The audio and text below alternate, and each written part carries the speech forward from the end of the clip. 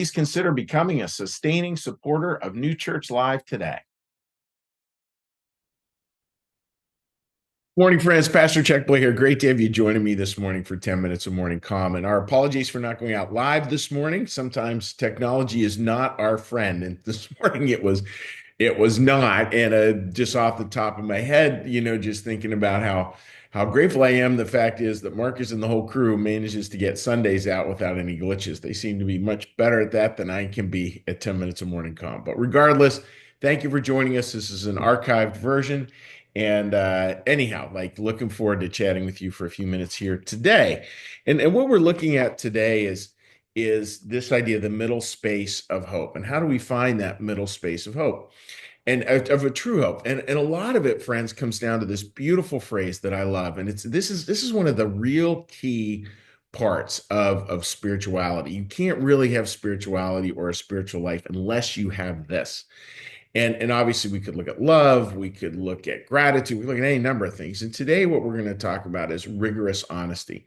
That idea of really being truly rigorously honest about our lives, where they're aligned, where they're not aligned, what the future might hold, what it might not hold, where we're really, really aligned with that. Because otherwise it becomes, at the top end kind of magical thinking, which is, a lot of pastors sort of peddle that stuff, and that's not really very helpful, which is magical thinking. Just you can see it, you can be it, you can manifest anything in your life that you want. That is just not true. And it is true for a few people who will peddle that, but talk to somebody who's dealing with a cancer diagnosis they didn't want. And the idea of manifesting, got to be super careful with that.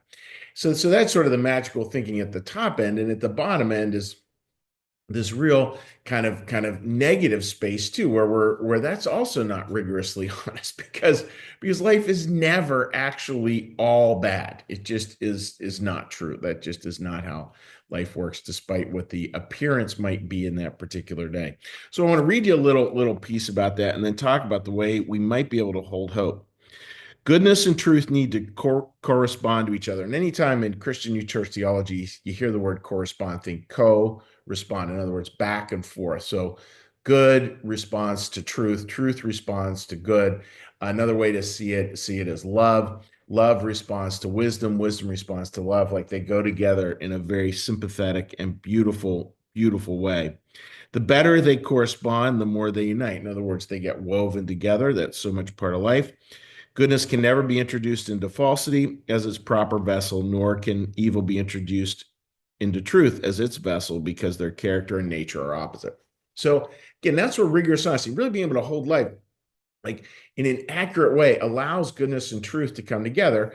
And it keeps us from these extremes, an extreme of can't do anything, which is despair, or the other one, which is the belief that we can do everything, which means that there's all these cures out there and we just have to discover them.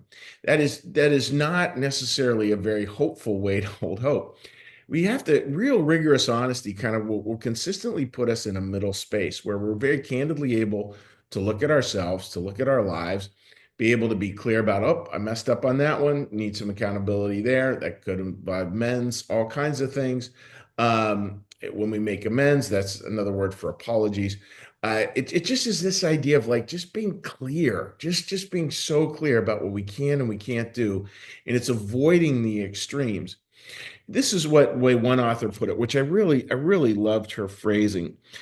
She was talking about how with hope, and this is a doctor who works with end of life issues.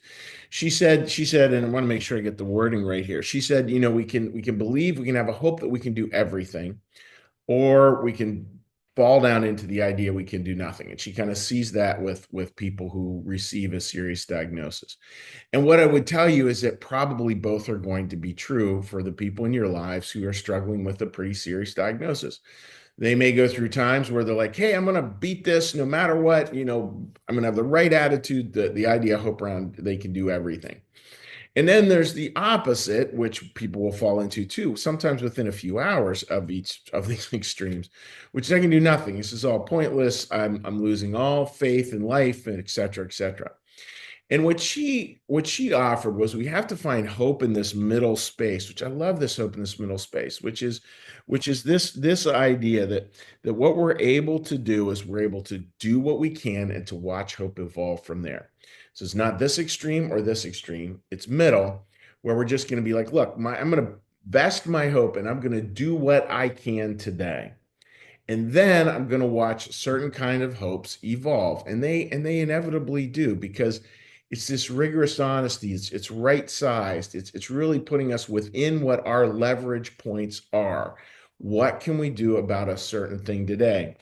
And then she made this fascinating point, which I really loved. She said, when we have that kind of rigorous honesty about what we can and we can't do, and that's a positive statement. It may come across as negative, but it's real positive because it pulls us into what we can do. She said, and this was beautiful. She said, then hope will flip. Hope will flip from just being a hope that is totally vested in a cure. And now we're able to transfer hope onto other people. So we come through these issues. Some of them are very serious. Some of them we know have a certain end to them. In other words, like it's a diagnosis that we know we're not going to shake, and we know that it's going to impact our life's duration. And she said the beautiful part is watching that transference. I love that idea, that transference where hope was here in this cure, and now people are able to transfer the hope onto other people. I've seen that so many times. As soon as I heard that today, I thought, yep, that's really it. You can remember many times talking with friends walking through this end stage stuff as well as other people. And once there's that rigorous honesty, that real clarity about where things are, we really can see the hopes start to transfer. They stop being so worried about themselves. See this, I've seen it 100% of the time. Maybe there's a few exceptions, but I've seen that hope transfer from themselves onto their loved ones. And the phrase I hear all the time is, I'm not so worried about myself, I'm worried about them.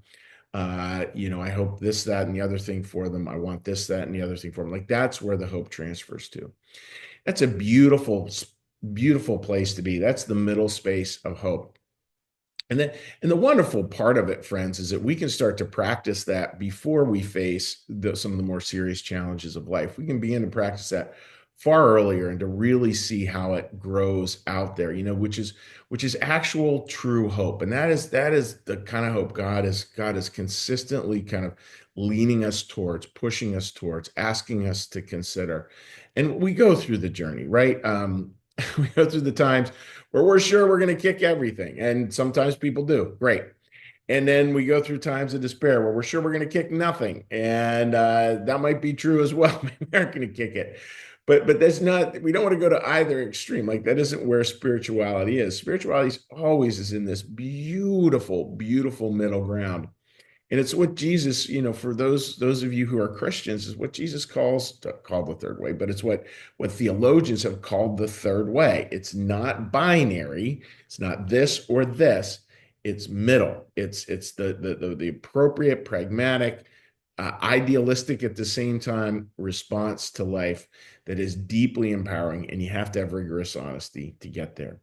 So I hope that makes sense, dear friends. And what we're going to do now we're going to take a little breath, and we're going to softly land this.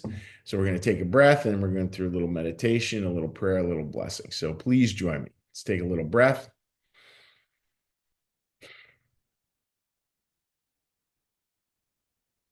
Be still and know that I am God. Be still and know that I am. Be still and know that I.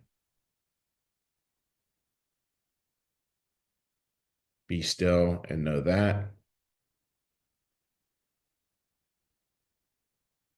Be still and know. Be still and. Be still. Be.